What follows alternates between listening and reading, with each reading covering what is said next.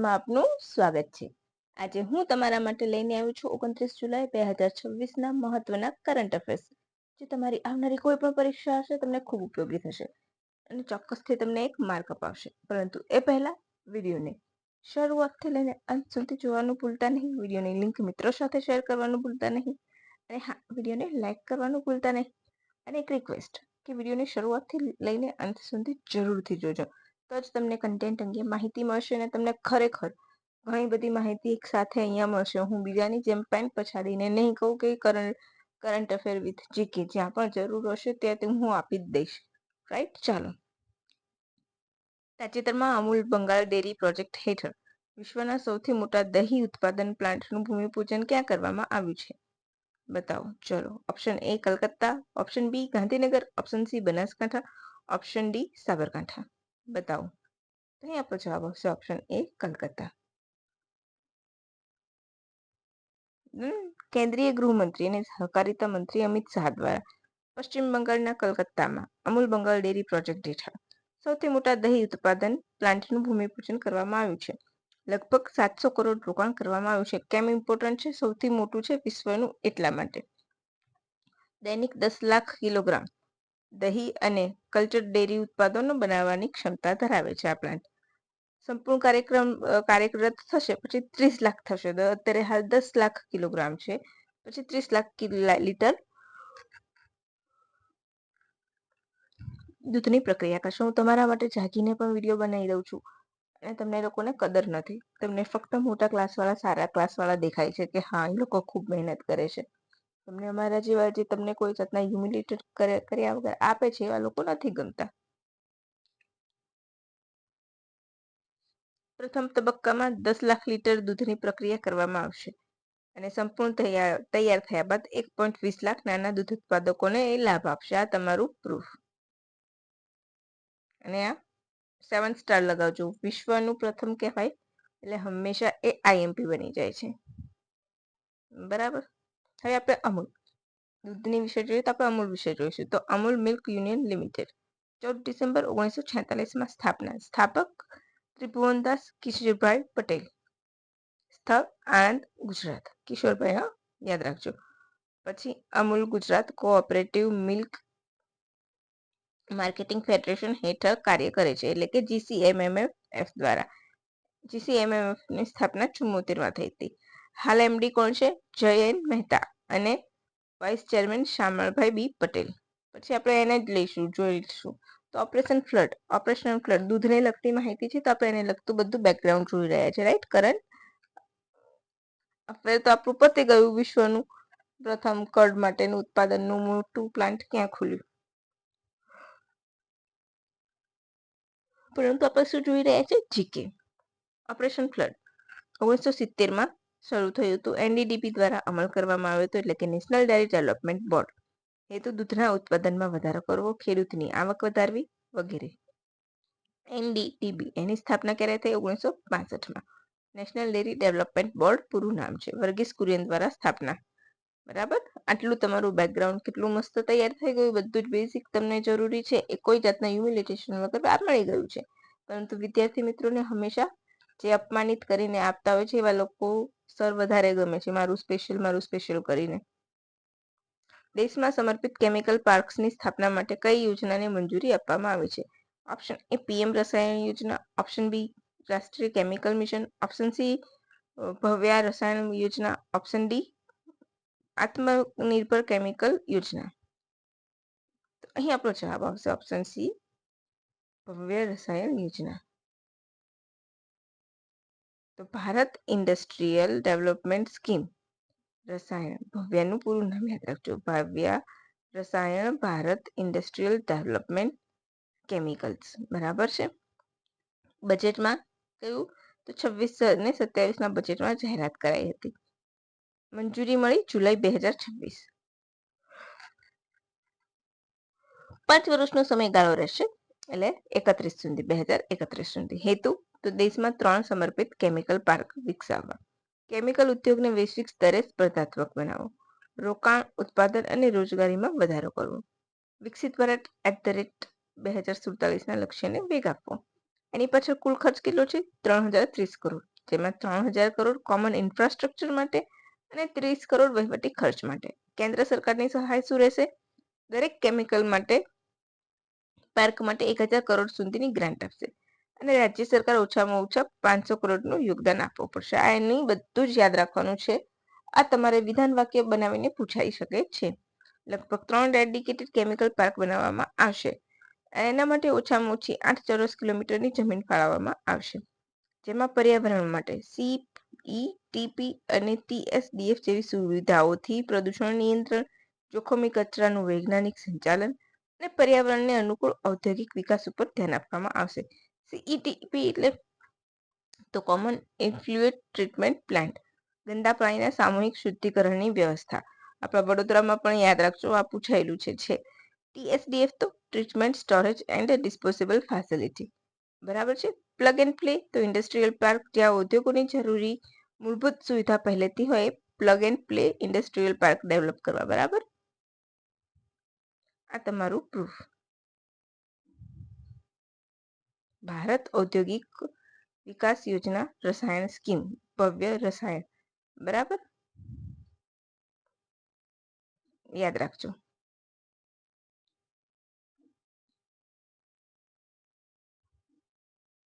કદાચ મારા ઉપર લખવામાં થોડીક ભૂલ થઈ ગઈ છે ફૂલ ફોર્મ, પરંતુ અહીંયાથી તમે જોઈને સુધારી લેજો.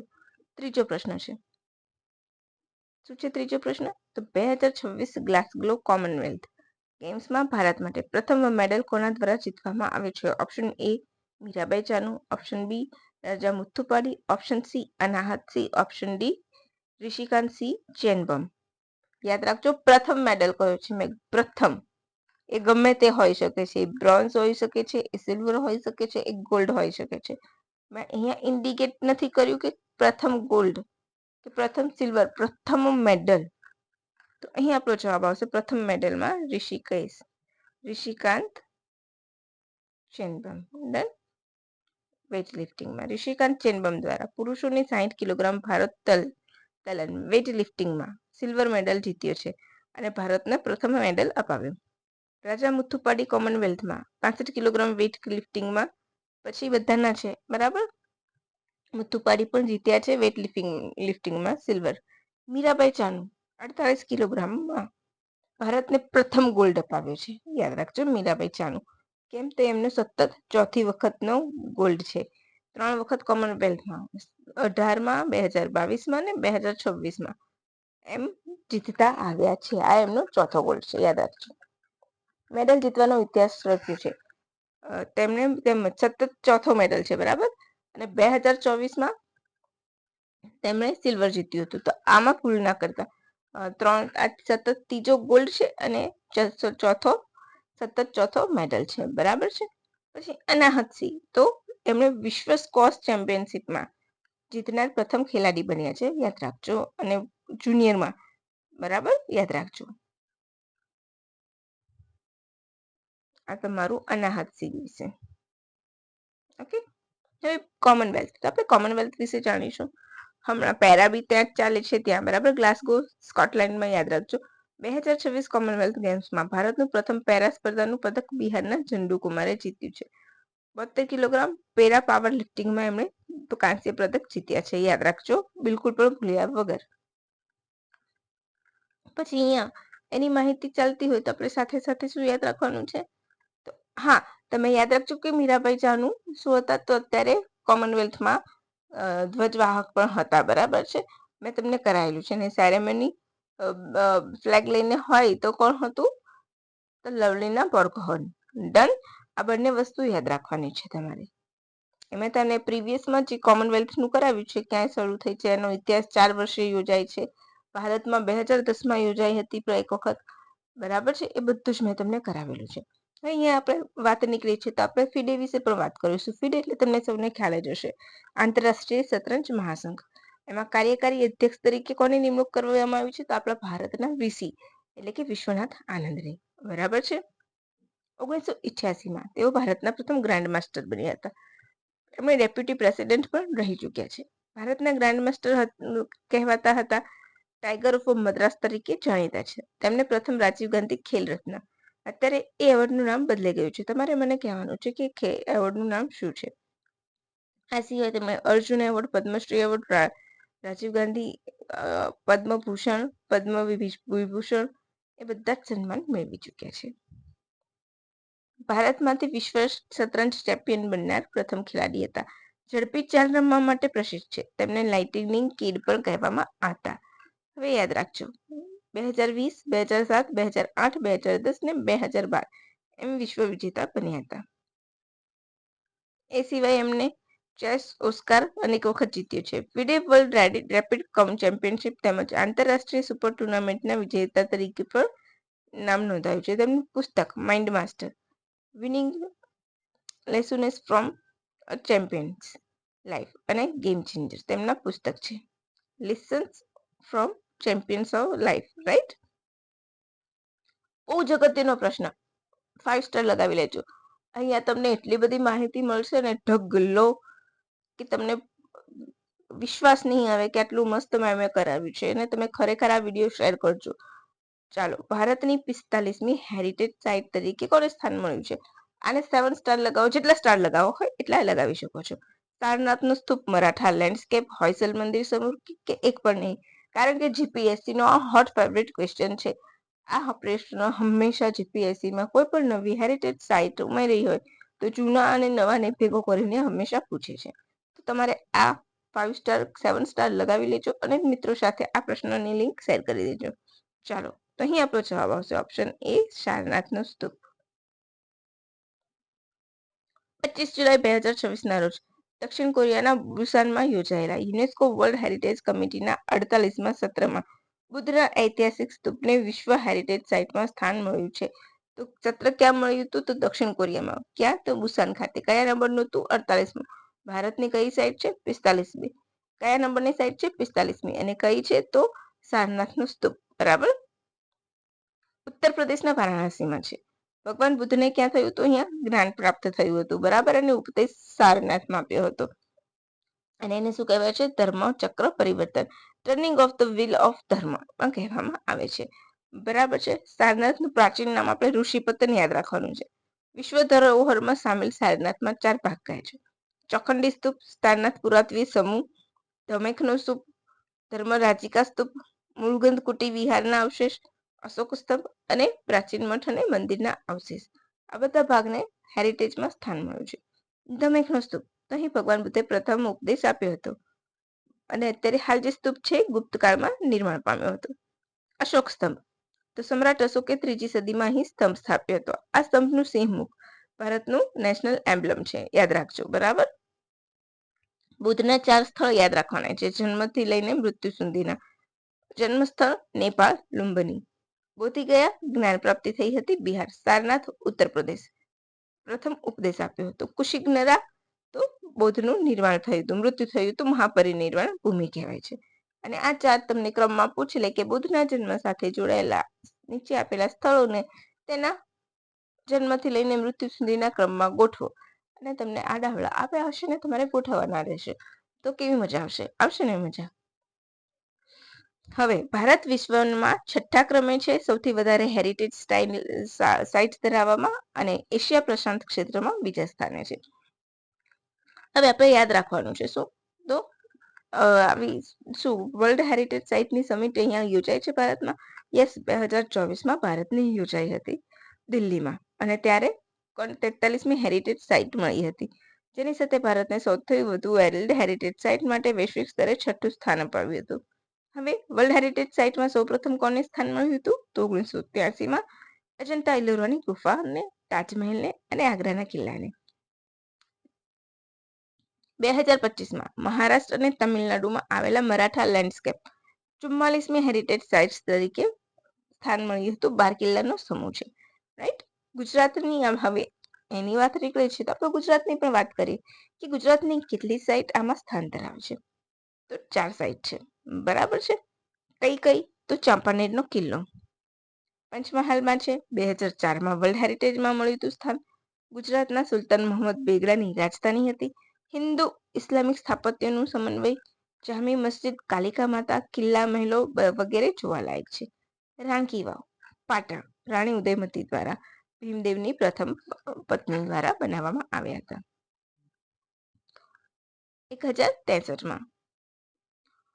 યુનેસ્કો વર્લ્ડ હેરિટેજમાં સ્થાન મળ્યું 14માં. શું છે તો સુંદર સ્ટેપવેલ છે, મારું ગુર્જર શૈલી છે.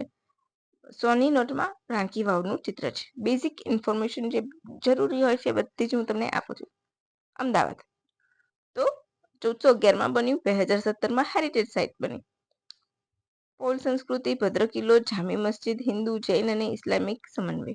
સાબરમતી કિનારે વસેલું. લાસ્ટ વન ધોળાવીરા 2021માં હડપ્પીય સામેનું સ્થળ છે. કચ્છ જિલ્લાની ખદીર બેટ પર આવેલું છે. 2021માં સ્થાન મળ્યું. વિશેષતા તો ઉત્તમ જળ વ્યવસ્થાપન, વિશાળ શહેરી આયોજન, સિંધુ લિપિનું સાઇનબોર્ડ વગેરે. કોણે શોધ્યું હતું? જગપત જોશી દ્વારા.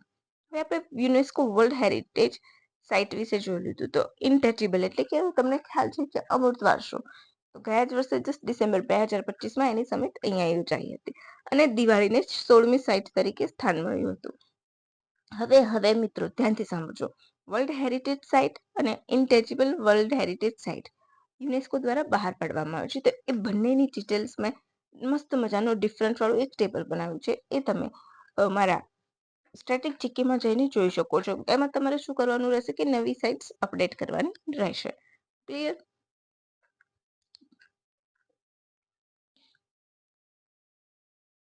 પછી યુનેસ્કો. તો યુનેસ્કોનું પૂરું નામ United Nations Education, Scientific and Culture Organisation છે. 1945માં સ્થાપના થઈ. 194 સભ્ય દેશ છે. અમેરિકા યુનેસ્કોનું સભ્ય નથી, યાદ રાખવાનું હોય. બરાબર. હવે યુનેસ્કોનું સભ્ય હોય પણ યુએનનું સભ્ય ના હોય એવા દેશ તો યુએસએ, લિંકનસ્ટાઇન, ઇઝરાયલ. યુનેસ્કોનું સભ્ય છે પરંતુ યુએનનું નથી તો કુક આઇલેન્ડ, નિયુ અને પેલેસ્ટાઇન. ક્લિયર? આટલું ક્લિયર થઈ ગયું. હવે next question, last one question છે પરંતુ ખૂબ અગત્યનો છે. તમને અહીંયાથી પણ ખૂબ મહત્વની માહિતી મળશે. દર વર્ષે 29 જુલાઈનો રોજ કયો દિવસ ઉજવવામાં આવે છે? World mangrove day, world hepatitis day, world tiger day કે ઉપરના બધા? બોલો. અહીં આપણો જવાબ આવશે option C, world tiger day. હવે વર્લ્ડ ટાઈગર ડે વિશે મેં એક નાનો વિડીયો બનાવ્યો છે 10 મિનિટનો, એ તમે જોઈ લેજો. હું મોડેથી થોડોક અપલોડ કરીશ, અત્યારે નહીં, પરંતુ તમે એ વિડીયો જોશો તો તમને ખરેખર ટાઈગર વિશે ઘણી બધી કેટલા પ્રોજેક્ટ ચાલે છે, શું કામગીરી છે, શું છે ને એનું આખું તમને બેઝિક મળી જશે, જે આવનારી પરીક્ષામાં તમારે ડિસ્ક્રિપ્ટિવ હશે તો એમાં તમને લખવા માટે ખૂબ ઉપયોગી થશે. તો ચાલો પહેલા આપણે અહીંયા જોઈ લઈશું. દર વર્ષે 29 જુલાઈના રોજ ટાઈગર ડે ઉજવવામાં આવે છે. પ્રથમ વખત 2010માં ઉજવવામાં આવ્યો. Protecting tiger, preserving ecosystem theme છે. ઘોષણા સેન્ટ પીટર્સબર્ગ ટાઈગર સમિટમાં પ્રથમ વખત ટાઈગર દિવસ ઉજવવાની ઘોષણા કરવામાં આવી હતી. વાઘ ધરાવતા 13 દેશોએ ભાગ લીધો હતો. હેતુ વાઘનું સંરક્ષણ અંગે જાગૃતિ ફેલાવી, ગેરકાયદેસર પોચિંગ પર અટકાવવું, વાઘના કુદરતી રહેઠાણનું રક્ષણ કરવું અને વૈશ્વિક સ્તરે વાઘની સંખ્યા વધારવી. આ દરમિયાન T/2 પણ અપનાવવામાં આવ્યું હતું, એટલે કે 2022 સુધીમાં વાઘોની સંખ્યાને બમણી કરવાનો હેતુ હતો. ભારતમાં પ્રોજેક્ટ ટાઈગર. હવે એની હેઠળ આપણે જોઈએ કે ભારતમાં પ્રોજેક્ટ ટાઈગર ક્યારે શરૂ કર્યો? 1973માં. નેશનલ ટાઈગર કન્ઝર્વેશન ઓથોરિટીની સ્થાપના ક્યારે કરવામાં આવી? 2005માં. કાયદાકીય રીતે શરૂ થયું 2006થી. ઓલ ઇન્ડિયા ટાઈગર એસ્ટિમેશન દર વર્ષે કરવામાં આવે છે. કેટલા? 4 વર્ષે. જે મુજબ ભારતમાં 2022માં કેટલા વાઘ હતા? તો 3682 વાઘ છે. પ્રોજેક્ટ ટાઈગર હેઠળ 18 વાઘ સમૃદ્ધ રાજ્યોમાં 58 ટાઈગર રિઝર્વ બનાવવામાં આવ્યા છે, જે લગભગ કેટલા? 84,500 કિલોમીટર વિસ્તારમાં ફેલાયેલો છે. હવે આ વસ્તુ તમારે પરફેક્ટલી યાદ રાખવાની છે. કેમ? જ્યારે પણ તમે ડિસ્ક્રિપ્ટિવ લખો ને આને રિલેટેડ કંઈ પૂછાયું હશે ને એને તમે ડિસ્ક્રિપ્ટિવમાં માહિતી લખશો આંકડાની તો તમારા વેલ્યુઝ વધી જશે એટલા માટે. અને આ ડેટા મેં મારા મનનો નથી લખ્યો કે કોઈ પણ ક્લાસીસ નથી લખ્યો. મેં PIB યુઝ કરીને PIBમાંથી આ ડેટા મૂક્યો છે. ટાઈગર મોનિટરિંગ સિસ્ટમ માટે AMSTRIP એટલે કે monitoring system for tiger incentives programme protection and ecological સ્ટેટસનો ઉપયોગ કરે છે. બરાબર. આ ટાઈગર ડે વિશે પૂરું થઈ ગયું. ટાઈગર ડે વિશે તમને વધારાની માહિતી મારા નવા વિડીયોમાં મળશે આજના દિવસમાં. બરાબર. 26 જુલાઈ world nature conservation day. Sorry 28 જુલાઈ. ઓકે, પછી 28 જુલાઈ તો કયો દિવસ ઉજવાયો હતો? તો world hepatitis day. Hepatitis let's break down it it down. બરાબર. Let's break it down. Hepatitis let's break it down આ વર્ષની થીમ છે. 2030 સુધીમાં હિપેટાઇટિસ નાબૂદ કરવાની લક્ષ્ય WHO દ્વારા મૂકવામાં આવ્યો છે. સેમ્યુઅલ બ્લમબર્ગ દ્વારા હિપેટાઇટિસ બી વાયરસ શોધવામાં આવ્યો હતો અને રસી વિકસાવવામાં આવી હતી. એમની યાદમાં આ દિવસ ઉજવવામાં આવે છે. ભારતમાં હિપેટાઇટિસ માટે national viral hepatitis control programme શરૂ કરવામાં આવ્યો હતો. ક્યારે? તો 2018માં. મંત્રાલય કયું? તો સ્વાસ્થ્ય અને પરિવાર કલ્યાણ મંત્રાલય દ્વારા એમાં કાર્ય કરવામાં આવ્યું છે. લક્ષ્ય 2030 સુધી વાયરલ હિપેટાઇટિસનું ઉન્મૂલન કરવું. હિપેટાઇટિસ બી અને સી માટે મફત તપાસ કરવી, મફત દવા અને સારવાર આપવી, ઇન્ટિગ્રેશન કરવું, જાગૃતિ ફેલાવી વગેરે. પછી 27 જુલાઈ તો CRPF સ્થાપના દિવસ ઉજવવામાં આવ્યો હતો. યાદ રાખજો, હમણાં 2 દિવસ જસ્ટ પહેલા જ મેં તમને કારગિલ દિવસની માહિતી આપી હતી. એમાં આર્મી સાથે જોડાયેલા બધા જ દિવસોના મોટો અને એને સાથે જોડાયેલા દિવસોની માહિતી આપી હતી. તો તમે એના જોયું હોય તો એ પણ જોઈ લેજો. જસ્ટ એક દિવસ પહેલાનો હશે, મે બી 27 જુલાઈમાં. 39માં ક્રાઉન રિપ્રેઝેન્ટેટિવ તરીકે CRPFની સ્થાપના થઈ હતી. ગૃહ મંત્રાલય હેઠળ કાર્ય કરે છે. 1949માં એને નામ મળ્યું કયું? તો સેન્ટ્રલ રિઝર્વ ફોર્સ, CRPF. બરાબર છે. સેવા ઓર નિષ્ઠા, સર્વિસ એન્ડ લોયાલિટી એનું ધ્યેય સૂત્ર છે. પ્રથમ મહિલા બટાલિયન 1986માં. આ તમારું પ્રૂફ. ઓકે, ચાલો. CRPFની સ્પેશિયલ બટાલિયનમાં કોબ્રા અને RAF આવે છે. COBRA commando battalion for resolute action. સ્થાપના 2008માં કરવામાં આવી હતી. રાઈટ? કોબ્રાની એક પૂછાઈ શકે એવું કે કોબ્રા બટાલિયન છે ફોર્સ સ્પેશિયલ કયા પોલીસ દળ હેઠળ કામ કરે છે? પછી 26 જુલાઈ તો યુનેસ્કો દ્વારા 2016થી મેનગ્રુવ ડે ઉજવવામાં આવે છે. ભારતમાં મેનગ્રુવનો સૌથી મોટો વિસ્તાર સુંદરવનમાં છે અને ત્યારબાદ બીજા નંબરે આપણું ગુજરાત કચ્છ આવે છે. બ્લુ કાર્બન ઇકોસિસ્ટમ મેનગ્રુવનું ઉપનામ છે. એના માટે ભારત સરકારે મિસ્ટી યોજના પણ શરૂ કરી છે 2023-24માં. બરાબર. Mangrove initiative for shoreline habitat and tangible incomes. એનું મેનગ્રુવનું રક્ષણ કરવું અને પુનઃસ્થાપન કરવું હેતુથી. મેનગ્રુવનું મહત્વ શું છે? તો ચક્રવાત અને સુનામીથી દરિયાકાંઠાનું રક્ષણ કરે છે, દરિયાકાંઠાનું ધોવાણ અટકાવે છે, કાર્બન ડાયોક્સાઇડ શોષી આબોહવાનું પરિવર્તન કરે છે, માછલીઓને જળચરોના પ્રજનન માટે મહત્વપૂર્ણ સ્થળ છે અને જૈવ વિવિધતાનું સંરક્ષણ કરે છે. હવે તમને એવું લાગે છે ને કે ફ્રેન્ડ્સ મેં તમને કેટલી બધી માહિતી એક જ વિડીયોમાં આપી છે. બીજા લોકોની જેમ આમ પેન પછાડીને મારું સ્પેશિયલ તમે તૈયારી નથી કરતા. ના, મારા બધા જ વિદ્યાર્થી મિત્રો તૈયારી કરે છે અને એમનો ટાઈમ વેસ્ટ કરવો એ મને નથી ગમતો. અપમાનિત કરીને આપવું, ફ્રીમાં આપીને અપમાનિત કરવું ને એક પ્રકારની ઉપકાર કરતા હોય ને એમ જતાવું છે. એ લોકો એમને પોતાનું માર્કેટિંગ જ કરતા હોય છે અને બિનજરૂરી માહિતી નાખીને વિડીયો લાંબો કરીને તમને એટ્રેક્ટ કરીને પોતાની પૈસાની કમાણી કરતા હોય છે. એમનો ઇન્ટેન્સ જ એ હોય છે, પરંતુ કદાચ લોકો નથી સમજતા. પરંતુ જેટલા લોકો પણ જોવે છે ને એ મારા ફોલો કરે છે, એમના માટે થઈને હું આ વિડીયો બનાવું છું. મને ફરક નથી પડતો કે બહુ બધા લોકો ત્યાં એકદમ બકવાસ જે બતાવતા હોય છે બિનજરૂરી માહિતી, ત્યાં જે વિડીયો 60 મિનિટ તો શું 50 મિનિટમાં પતતો હોય અને 1 મિનિટ 1.5 મિનિટ 1.5 કલાકનો બનાવી દેતા હોય છે અને બિનજરૂરી માહિતી ઢગલો કરી છે. એવા લોકો કરતા ભલે લોકોને જવું હોય ત્યાં જાય, મરજી ઉપર કોઈનું નથી ચાલતું, પરંતુ હું મારા એ મિત્રો માટે બનાવું છું કે જે અહીંયા રોકાયેલા હોય છે. તો એ લોકોને હું એટલું જ કહીશ કે થેન્ક યુ મને મારી સાથે જોડાયેલા રહેવા માટે. Thank you for watching my video. Have a good day friends.